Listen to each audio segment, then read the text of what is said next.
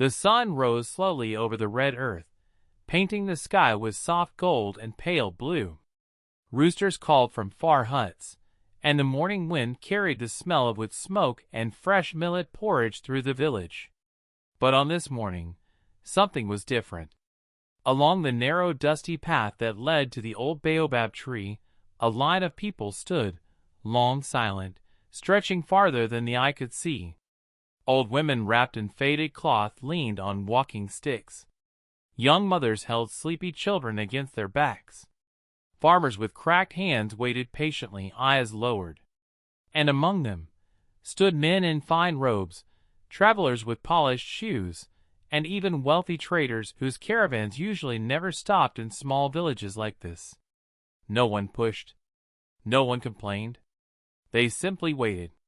A small boy tugged at his grandmother's sleeve. "Grandmother," he whispered, "why are the rich men standing with us? Did they lose their way?" The old woman smiled softly, her eyes deep like a river that has seen many seasons. "No, child," she said.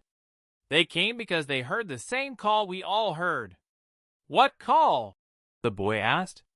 She looked ahead toward a small clay hut near the baobab, its door closed, its walls plain, almost forgotten by time. "The call is something the world cannot buy," she murmured. A gentle breeze rustled the dry leaves above, as if the tree itself was listening. Further back in the line, two women spoke in low voices. "They say people go inside and come out crying," one said. "Yes," the other replied, "but not with sorrow, with something lighter. Like a heavy load has been lifted." A thin man with tired eyes added quietly, "My cousin traveled 3 days to stand here. He said whatever is inside, it changes you." The whispers moved like wine through tall grass, soft, uncertain, filled with wonder. Near the front, an elderly man closed his eyes and breathed slowly, as if preparing his heart. His hands trembled, but his face held peace. From a distance came the faint sound of bells, a caravan approaching. Heads turned as dust rose on the horizon. Beautiful horses stepped forward, their saddles shining in the morning light. People stepped aside respectfully. A richly dressed traveler dismounted, looking at the long line with surprise, then curiosity. Without a word, he joined the queue, standing quietly behind a barefoot farmer. The farmer glanced at him and smiled gently. "We all wait the same here," he said. The traveler nodded, as if understanding something he could not yet explain. The door of the small hut remained closed. Inside, no one could see what waited. Outside, hearts beat with quiet hope, fear, and questions too deep for words. A young woman near the middle of the line clutched a small cloth bundle to her chest. Tears glistened in her eyes as she whispered to herself, "Maybe today I will find peace." The wind grew still. Even the birds seemed to pause. And slowly, as the sun climbed higher, the line did not shrink, it grew longer. Because somewhere in that humble place, there was a mystery that called both the poor and the powerful, the broken and the proud. And no one in the village could fully explain why.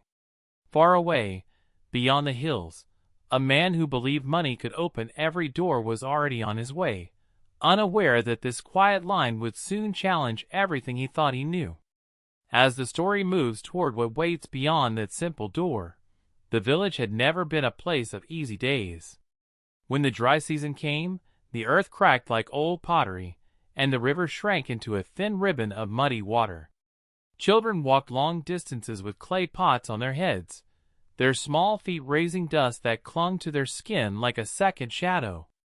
At sunrise, men went to the fields with quiet determination, though the soil often gave little in return. Women pounded grain with steady rhythm, thump, thump, thump, a sound that carried both strength and silent worry. Hunger was not a stranger here, nor was loss. Yet in the middle of this hard life stood a small clay hut beneath the great baobab, the place where the line now formed each morning. Inside lived a man known simply as Baba Keto. He was not rich. His robe was patched many times, and his sandals were worn thin.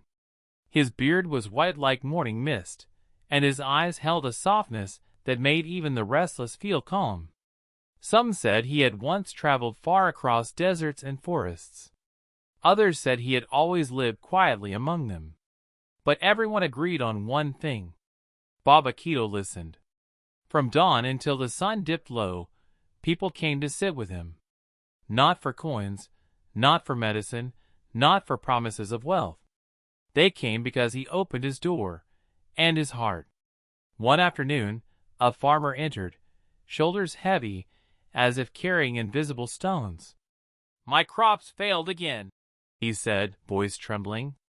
"I fear my children will sleep hungry."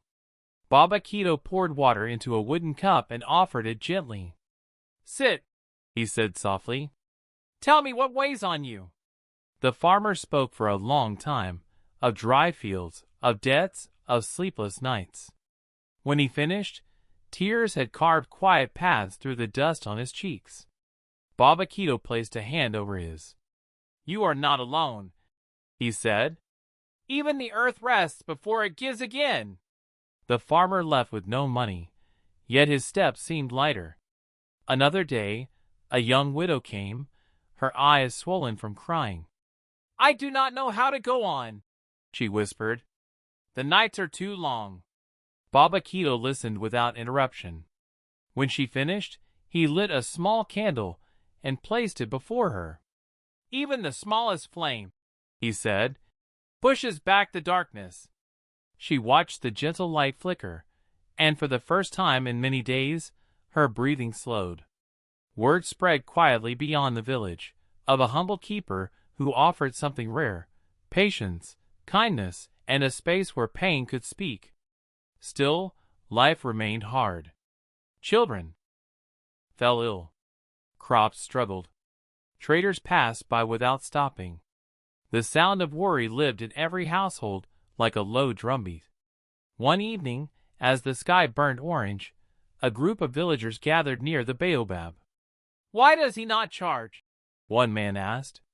"Surely he could grow rich." An old woman shook her head. "He says some treasures cannot be weighed," she replied.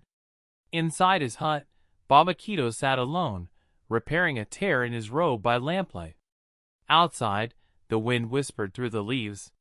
He paused, as if sensing something beyond the night, a change approaching like distant thunder. Because beyond the hills, where grand houses stood and wealth flowed like a river, a powerful man had begun to hear rumors. Rumors of a place where even the richest waited. And curiosity, mixed with pride, was beginning to stir in his heart. Soon, footsteps would come that carried not only questions, but conflict. The quiet village did not yet know how deeply its peace would be tested. As the next chapter unfolds, the sun stood high above the village, pouring warm light over the dusty road where people still waited in that long, quiet line. The air carried the smell of dry earth and wood smoke, and somewhere a baby cried softly on its mother's back. Then, from far away, a strange sound broke the calm, the low growl of engines. Villagers turned their heads. A cloud of dust rose on the horizon, rolling closer like a small storm. Soon, shiny black cars appeared, their surfaces gleaming like water under the sun. Children ran to the roadside, whispering, eyes wide with wonder. "Who is coming?" one old man murmured, shading his eyes. The cars stopped near the line. Doors opened slowly. Out stepped a man dressed in fine clothes, shoes polished like mirrors, a watch that caught the sunlight, and dark glasses hiding his eyes. Behind him stood assistants carrying umbrellas and leather bags. The villagers whispered, "It is the rich man from the big city," someone said. The one who owns half the land beyond the hills." The millionaire looked around with a small, tight smile, not warm, not kind. His gaze moved over the simple huts, the worn clothes, the tired faces waiting patiently. He spoke loudly, his voice sharp. Why are all these people standing here like this? What is so important that even the wealthy must wait? No one answered at first. Then an elderly woman stepped forward, her voice gentle. We are waiting our turn, sir. Like everyone. The millionaire frowned. Waiting? I do not wait, he said. My time is worth more than this dust. His assistant hurried ahead toward the front of the line, trying to clear a path. Make way, the assistant called. The master will go first. But something strange happened. The villagers did not move. Not out of anger, but out of quiet firmness.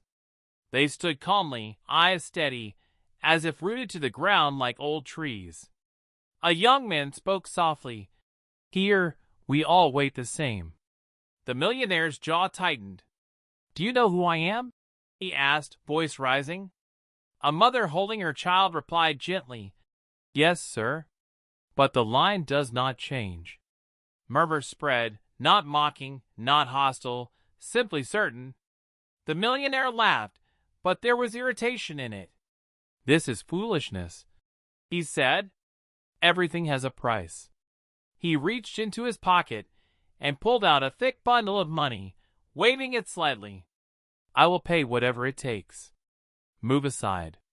The wind rustled through the nearby trees, carrying a low whisper like the land itself was listening. At the front, the humble keeper, the quiet guardian of whatever lay beyond, watched silently, eyes calm, face unreadable. For a moment, the millionaire and the keeper locked eyes. The millionaire felt something he could not name, a small discomfort, like standing before deep water whose depth you cannot see. Still, pride pushed him forward. I will not stand in this line, he declared. I have never waited for anyone. The keeper spoke at last, voice soft but carrying across the crowd. Then today may be the first lesson, my son. The words fell gently, yet they seemed to weigh heavily in the air. The millionaire's smile faded slightly. Around them, the line remained, quiet, patient, unbroken, stretching down the road like a silent story waiting to be told. And somewhere deep inside, though he would never admit it, the millionaire felt the first small crack in his certainty, as the village prepared for what would come next. Night came slowly, like a tired old man walking with a stick. The sky above the village turned deep purple, and the stars began to blink, one by one, as if they were watching, waiting. Inside the small hut, the air felt heavier than usual. The old keeper sat near the doorway, his back bent like a tree that had faced too many storms. A small fire crackled softly, painting the mud walls with dancing shadows. Outside, the wind whispered through the dry grass. But tonight, those whispers sounded different. Almost like voices. Almost like secrets trying to be heard. The children of the village had gathered quietly near the hut, their bare feet dusty, their eyes wide with curiosity. Why does the wind sound like that? Little Amina asked, clutching her brother's hand. Her brother shrugged. Grandmother says the earth speaks when it remembers. Inside, the old keeper closed his eyes. He could feel it too. A trembling, deep beneath the ground, not fear. Not danger. Something older. Something calling. He reached slowly for a small wooden box hidden beneath a woven mat. His fingers shook, not from age alone, but from the weight of memory. When he opened the box, a soft glow filled the hut, faint, like moonlight trapped inside. Inside lay a small carved stone, smooth and warm. The keeper whispered, his voice barely louder than the fire. Not yet, please, not yet. Footsteps approached. Soft, careful. He looked up to see Mama Nia standing. At the entrance, her face lined with worry. I could not sleep, she said quietly. The wind is restless. The keeper nodded slowly. The land is remembering. She stepped inside, lowering herself to sit beside him. What does it want? She asked. He stared at the glowing stone for a long moment. It wants truth, he said softly. And truth always comes with a price. Outside, far beyond the circle of huts, the proud millionaire stood near his shiny vehicle, staring toward the keeper's home. His driver shifted nervously. Sir, maybe we should wait until morning. But the millionaire shook his head. Do you hear that wind? He said, frowning. Something is happening here, and I intend to know what. A flicker of impatience crossed his face. He was not used to mysteries he could not control. Back inside, the fire suddenly crackled louder, sending sparks into the air. The stone in the keeper's hand pulsed gently, like a heartbeat. Mama Nia gasped softly. What is that? She whispered. The keeper's eyes filled with both fear and quiet reverence. A promise, he said, and a warning. He looked toward the door, as if sensing someone watching from the darkness. For many years, he continued slowly, this hut has held something the world forgot, something meant to protect, not to possess. Mama Nia felt a chill run through her body. Does the stranger know? She asked. The keeper sighed, deep and heavy. Greed has sharp ears, he replied. Outside, the wind rose stronger, swirling dust along the ground. The children ran back to their homes, calling to their parents. Doors closed. Fires were stoked. Even the animals seemed restless. The village felt like it was holding its breath. Inside the hut, the keeper gently closed the wooden box, hiding the glowing stone once more. He placed his palm against the earth floor and whispered a prayer in a voice as old as the hills. Guide us, protect them, let hearts choose wisely. Mama Nia watched him, tears shining in her eyes. Will trouble come? She asked. The keeper looked at her, tired, gentle, knowing. Trouble always walks where secrets sleep, he said softly. He paused. But so does courage. Outside, the millionaire took a step toward the hut, determination burning in his eyes, unaware that the night itself seemed to be watching him. And somewhere deep beneath the ground, something ancient stirred, patient, silent, waiting for the moment when truth would rise. The fire inside the hut flickered once, twice, as the wind carried faint whispers through the village, promising that the secret hidden within those humble walls would not remain silent for long. The sun stood high, pouring warm light over the dusty village path. But that day, the air felt heavy, like the sky itself was holding its breath. The long line still stretched before the small clay hut, people waiting quietly, some whispering prayers under their breath. Then, a loud sound broke the stillness. The roar of engines. Heads turned. A convoy of shiny black cars rolled into the village, raising clouds of dust like a storm chasing them. Children stepped back. Mothers pulled their shawls tighter. From the largest car stepped the rich man, tall, dressed in fine clothes that shimmered in the sun, gold watch flashing on his wrist. His shoes had never tasted village dust before. Behind him came guards with hard faces. He looked at the line and frowned. What is this? He said loudly. Why are people standing like beggars in this heat? No one answered. The rich man walked closer to the hut, his eyes sharp, calculating. I heard even wealthy men wait here, he continued, voice dripping with disbelief. There must be something valuable inside. An old woman near the front bowed her head.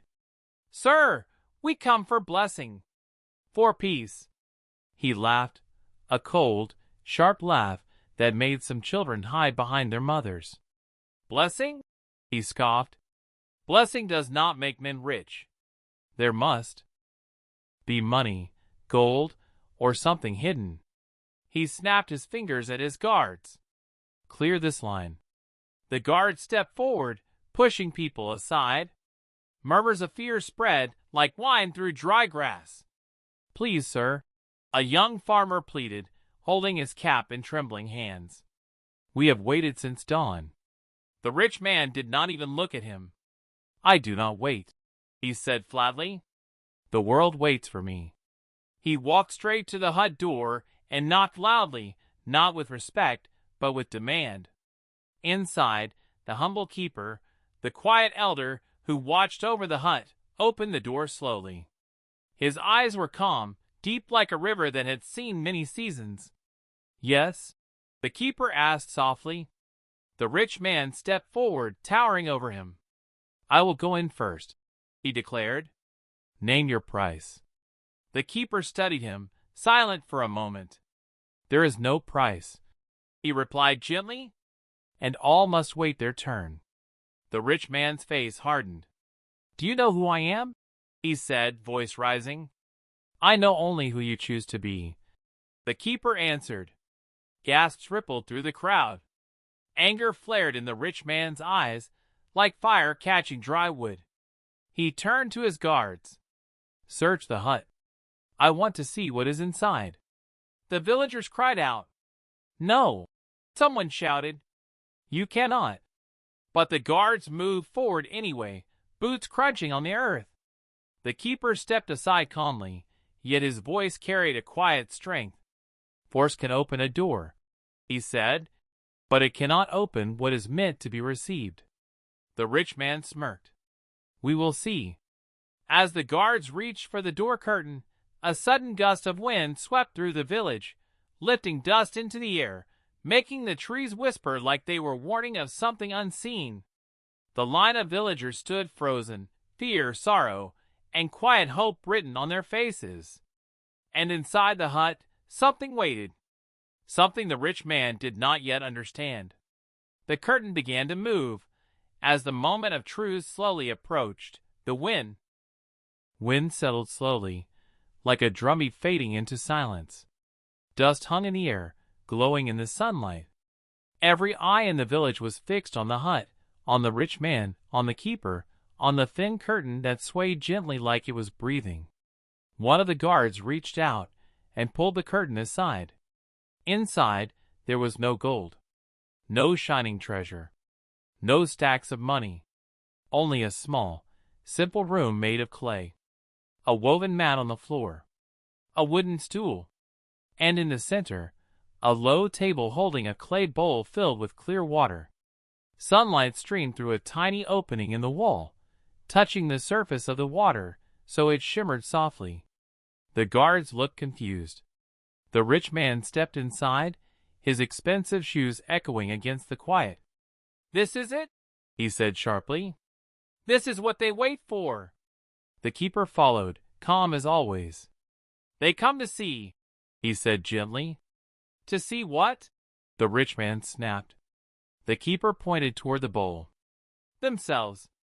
The rich man frowned and stepped closer. He looked into the water. At first, he saw only his reflection, proud face, sharp eyes, fine clothes. He scoffed. "A trick." But then, something changed. The surface of the water seemed to deepen, like a well opening into memory. His breath caught. Images began to stir, not outside, but inside his mind. He saw himself as a young boy, barefoot, running beside his mother through fields of tall grass. He heard her laughter, soft, warm, alive. He blinked. Then another image, his father working under the hot sun, wiping sweat from his brow, saying, "We must be kind, no matter how little we have." The rich man's jaw tightened. The images shifted again. He saw the day he left the village, chasing wealth. The first deal he made, the first time he ignored a pleading voice, the first time he chose profit over people. His hands began to tremble. Outside, the villagers watched in silence. Inside, the rich man leaned closer, unable to look away. The water showed workers in his factories, tired faces, bent backs. A farmer losing land because of his contracts. A widow turned away from help. "No," he whispered, voice breaking. This is not." The keeper spoke softly behind him. "The water shows truth," he said. "Not to shame, but to remind." The rich man's eyes filled with tears he had not allowed for many years. He saw his mother again, older now, sitting alone, waiting at a doorway that he never returned to. A sob escaped his chest, surprising even himself. "I forgot," he murmured. "I forgot who I was." The keeper stepped beside him. "We all forget sometimes," he said gently, "but the heart remembers." The rich man slowly sank to his knees on the clay floor, his fine clothes gathering dust. Outside, the villagers exchanged glances, some with compassion, others with quiet understanding. A child whispered, "Is he crying?" An elder nodded softly. "Even the strongest trees bend in the wind." Inside the hut, the rich man covered his face with his hands, shoulders shaking. "What have I done?" he said, voice trembling with pain. The keeper placed a hand lightly on his shoulder. "Truth is the beginning," he said, "not the end." The room felt filled with something unseen, like the presence of forgiveness waiting patiently. After a long moment, the rich man lifted his head. His eyes were red, but softer now. "What must I do?" he asked quietly. The keeper looked toward the doorway, toward the long line of villagers still waiting. "Step outside," he said, "and listen." The rich man took a deep breath, rose slowly, and turned toward the light. As he moved toward the door, the villagers held their breath, sensing that something inside him had shifted, like the first drop of rain before a long-awaited storm. And as he stepped into the sunlight, the moment of reckoning was only just beginning. The sun stood high above the village, warm and watchful, as if even the sky wanted to see what would happen next. The rich man stepped out of the hut slowly. Dust clung to his knees. His face, once proud like polished stone, now carried the softness of rain after a long drought. The villagers fell silent. Even the birds seemed to pause on the branches. The keeper stood beside the doorway, saying nothing. An old woman near the front of the line leaned on her walking stick and squinted at the rich man. "What did you see inside?" she asked gently. The rich man swallowed. His voice, when it came, was quieter than anyone had ever heard. "I saw myself," he said. A murmur moved through the crowd like wind through tall grass. One of the guards shifted uncomfortably, unsure whether to stand tall or lower his eyes. The rich man took a few steps forward, looking at the faces around him, farmers, mothers, children, elders. Faces lined with struggle, with patience, with stories he had once ignored. "I came here to take," he continued slowly. "But inside, I remembered what I have taken already." A young farmer stepped forward, anger flickering in his eyes. "You took our land," he said. "My father worked those fields until his hands bled." The rich man nodded, pain crossing his face. "Yes," he said softly, "I did." Another voice rose, a woman holding a small child. "My husband begged for time," she said. "Your men did not listen." The rich man closed his eyes briefly, letting the words settle like heavy stones. "I am listening now," he said. The keeper watched quietly, his gaze calm and steady. An elder stepped forward, robes rustling softly. "Words are easy," the elder said. "What will your heart do?" The rich man looked at his hands, hands that had signed papers, counted coins, built walls. Then he lifted his head. "I will return what I can," he said. "Land, wages, help where I have caused harm." A ripple of surprise spread through the crowd. The young farmer frowned. "Why should we believe you?" The rich man took a deep breath. "Because I will begin today," he said. "Not tomorrow." He turned to his guards. "Bring the documents," he instructed. The guards exchanged glances, then hurried to the vehicle. Soon they returned with folders and papers. Right there under the open sky, the rich man began speaking with villagers one by one. "I remember your family," he told the farmer. "The contract will be reversed. To the widow he said, "Your debt is forgiven, and you will have support." Tears filled her eyes. A child tugged at his sleeve. "Will my mother smile again?" the child asked. The rich man knelt, voice trembling. "I will do everything I can," he said. The villagers watched, some still cautious, others slowly softening. The elder nodded thoughtfully. Justice was not thunder that strikes once. It was rain that falls steadily, bringing life back to dry earth. As the afternoon light softened, something unseen shifted among the people, a quiet healing, like roots drinking deep water. The keeper finally spoke. "Truth opens the door," he said, "but kindness walks through it." The rich man bowed his head in gratitude. Across the village, whispers turned into gentle conversation, and guarded hearts began to loosen. Yet beyond the warmth of this moment, a deeper change was stirring, something that would touch not only the rich man, but everyone who had stood in that long, mysterious line.